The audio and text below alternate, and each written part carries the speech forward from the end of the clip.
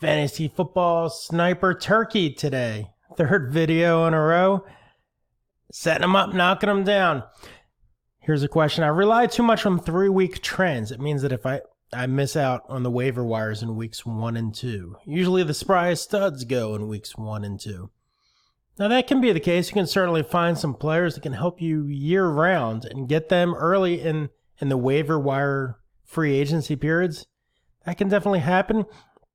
I don't think that's the be all end all. And if you think it is and you recognize that you're missing out on 1 and 2 because you're constantly filtering for 3-week trends, you certainly have to make that adjustment, right? But I almost think kind of the flip side. I kind of feel like people get too excited on those week 1 and week 2 wonders, unless you're talking about the starter going down and the backup coming in and just lighting it up, and that's an investment that's going to last.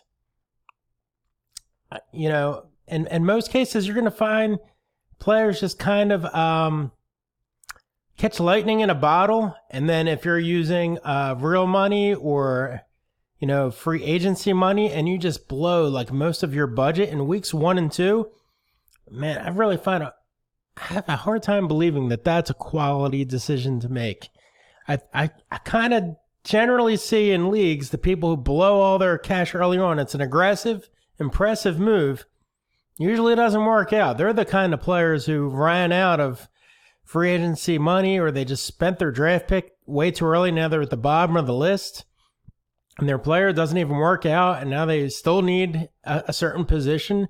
I think that can really backfire on people more so than I think patience really can pay off even more so. Just over the years, and I've been doing this for almost 30 years, I kind of seems like once the season gets underway, running backs are really the key. I mean, yeah, you can get, I remember Anquan Bolden when he was really young, and no one knew about him, and he came on. I think he might have been listed as a tight end, or am I mixing that up with Colston? But yeah, I mean, what a find that is, and he sustained that amazing performance for years on end, not just that year. So it can definitely happen where you find that player early on. So I think having an early waiver pick makes sure that and it's all hypothetical right now, right? Because right now we're in pre-draft mode. We're checking out our players.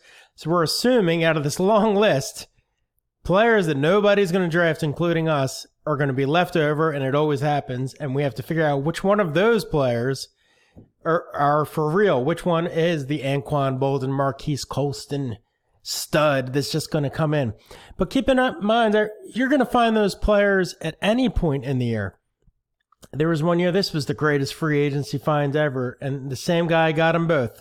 It was Rudy Johnson on the Bengals, and this was like mid-October, I think. And Arian Foster, I believe it was. Am I mixing that up with another Houston Texan? There's a guy on Houston and Rudy Johnson, and clear-cut number 1 running backs. This guy already had 2 or 3 number 1 running backs. I think Rudy and that Houston back were even better than what he had. He didn't even need them. And then when you go to trade with the guy, and he's like, why should I give you my running backs? He just held on to him like a chipmunk. He pulled a chipmunk strategy. Just took them all for himself. If I was him, I would definitely be parlaying that into improving wideout corps.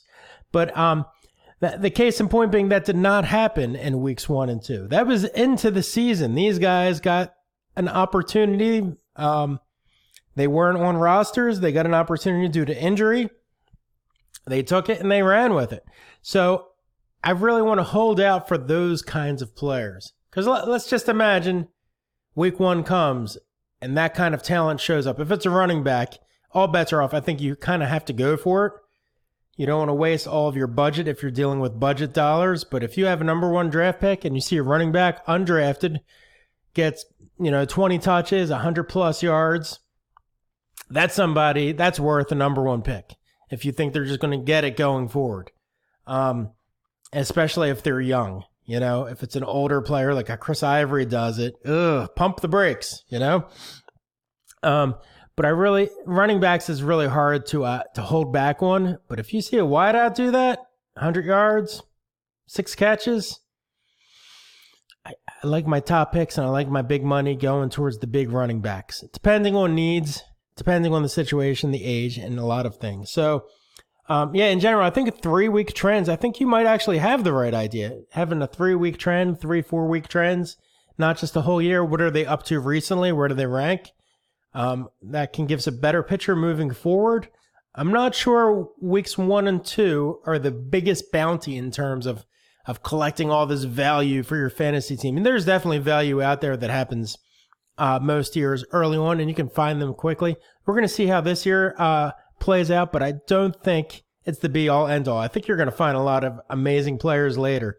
So depending, if you have the kind of free agency waiver action in your league where it's randomized or it doesn't matter when you pick them and things like that, and there is no consequences for picking a player, then go for it. If in my leagues, a lot of times, if you pick first and you take that pick, you're bounced down to number 12, and you have to not make a pick for months to get anywhere close to the top picks again into the first couple picks. So I like to try to position myself for that end stretch run. Beginning of the year, hopefully you did not take a whole bunch of injured and suspended players. So you should not be in desperate straits early on. So unless a running back jumps out at me as great potential and due to injury that we didn't see coming up, in general, I'm not going to waste that top waiver order selection early on. I like to hold on to that as I get closer to the stretch run. Even if they're a great player, running backs just are not going to last all season long anyway, right? So that's something we'll dive into more as we look at approaches to round 1 and round two selections, and why you should steer away from running backs more so than most people in your league. It's pretty running back crazy out there. And I kind of, depending on where you are in the draft, I think that's an upcoming video on how to approach those first couple rounds to set up your team the best way possible. If you like what I'm doing here and you want to support me early on, hey, guess what? You'll be the first kid on the block. The Patreon's only $1. You can throw it my way. I'm going to have these updated sheets. I'm giving it out for free. Check the description as well right now, but eventually I'm just going to put that into the Patreon. But thank you so much for watching, and we'll check you out next time.